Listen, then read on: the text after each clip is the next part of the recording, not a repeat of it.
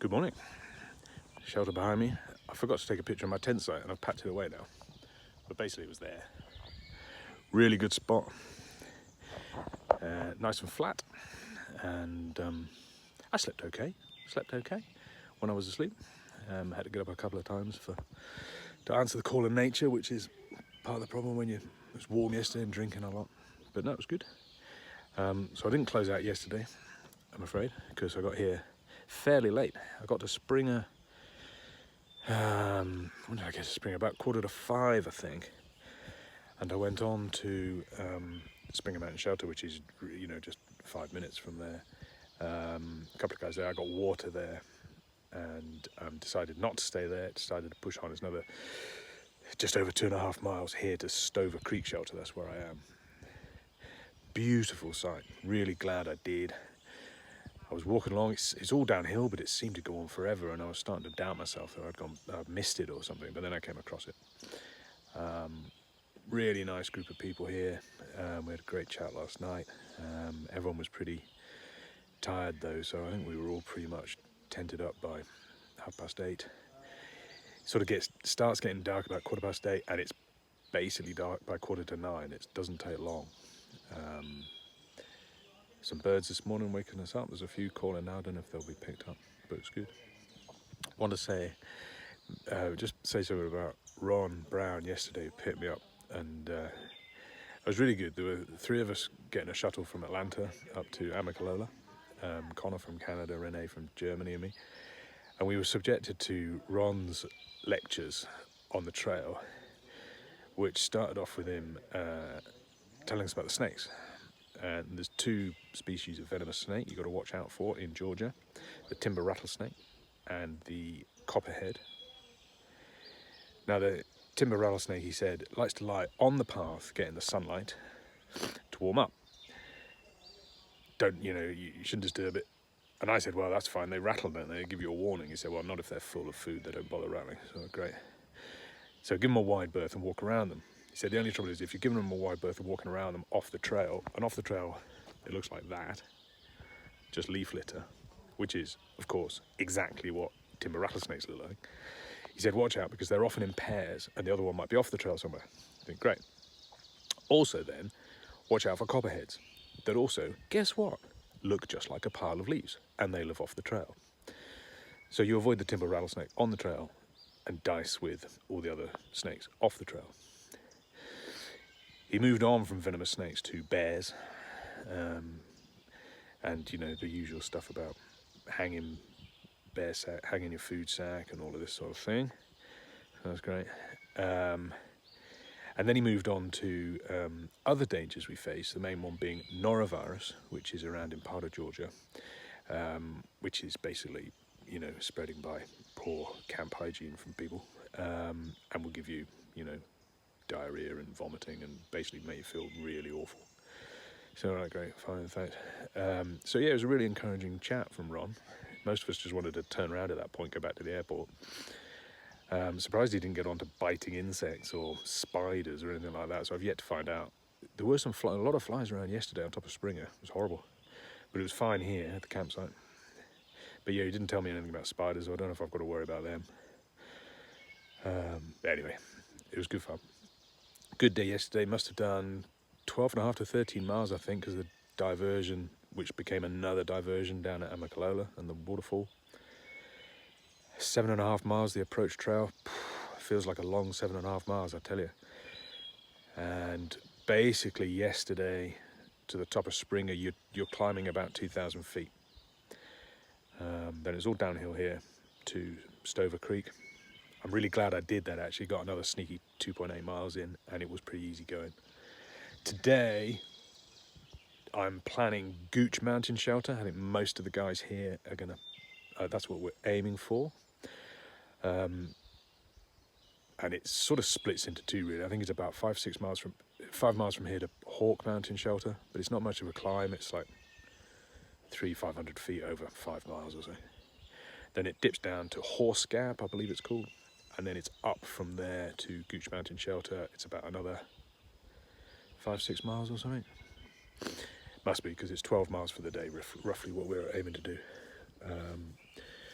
So yeah, I'm all packed up. Just going to get some water, which is on the way out, so I'll get that on the way out. And we'll be off. Okay, cheerio for now.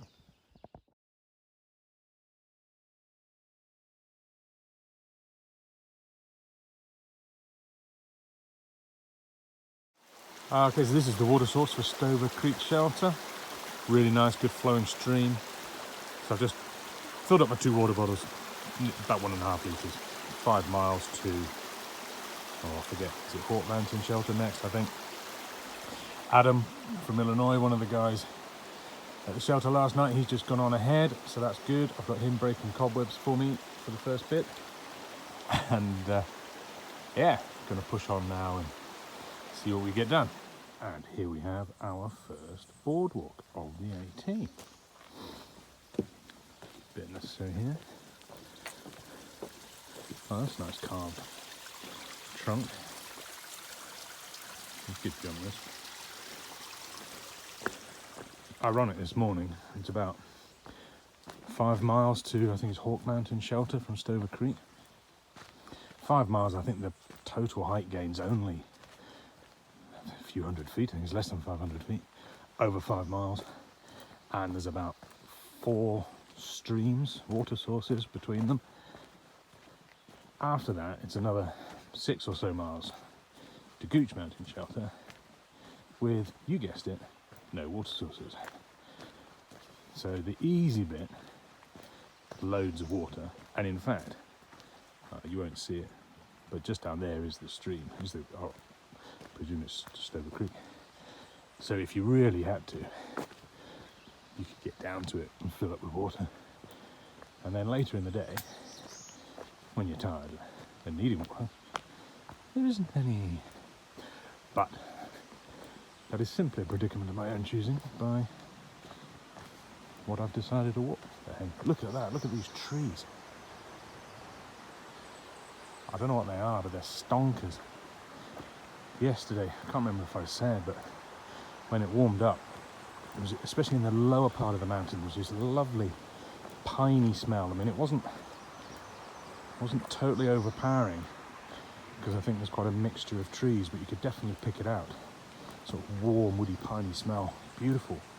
And a little while ago, I walked past something that was a nice fragrance, but I couldn't make out what it was. So it's lovely. This morning is absolutely beautiful. It's cloudy, and it's cool. Perfect walking temperature. Couldn't tell you what the temperature is, but it's probably like mid-teens centigrade, sort of high 50s, I would think, Fahrenheit, something like that. But yeah, just beautiful.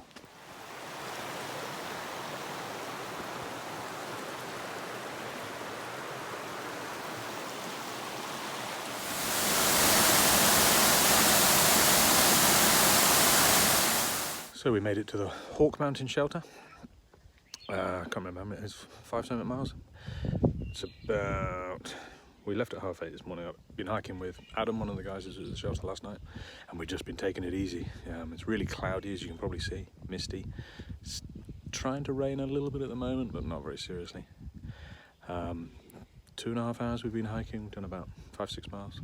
So just nice and gentle, really nice trail this morning, no big hills. I think there's a bit of a climb coming up after we leave here, but we're not in any rush. We're gonna chill out here for a bit, have something to eat, drink, rest the shoulders a bit and that sort of thing. God, it has taken me precisely 24 hours to look really rough. Okay, but yeah, nice trail this morning.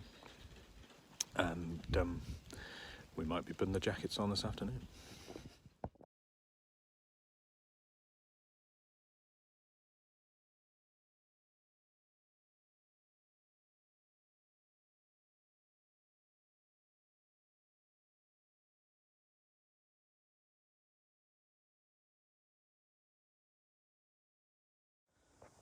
Okay, we made it to the Gooch Mountain Shelter.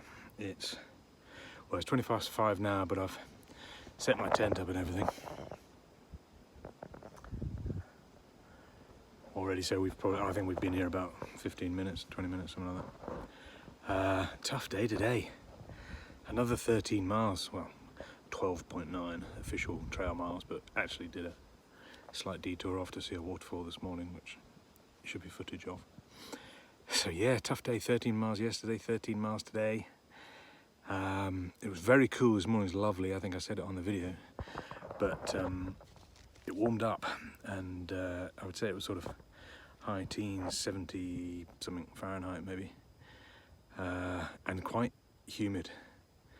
We were sweating a bit, and I was walking with Adam today most of the day. Caught him up this morning, and yeah, we stopped at a place. I think it was Cooper's Gap. It's about 5 miles ago. It seems a lot. That last 5 miles seemed a lot longer. We were up over a hill, big hill, quite steep today. You know, today was sort of 2 or 3 hills, but they were quite sharp and steep. They weren't massive climbs, 600-700 feet, but they were sort of in a mile, whereas yesterday was over a much longer distance. I fell down, coming down one of them not long ago, which I know what it was. I mean, yeah, I didn't see that. It was a little tree root thing which I tripped on, and my ankle rolled a wee bit. But it's just been tired. I haven't eaten enough today. I know that's what it is. I don't get very hungry when I'm walking, so I forget to eat, and then you get weak, basically, lose energy. But a good day, and we're all talking about a shorter day tomorrow. It's about 8 miles, I think, to a place, can't remember what it's called. It might be Lance Creek. It's a campground there, because the alternative really is a plus 15 mile day up and over Blood Mountain, which I think is going to be a bit of an ask. Still carrying a lot of food.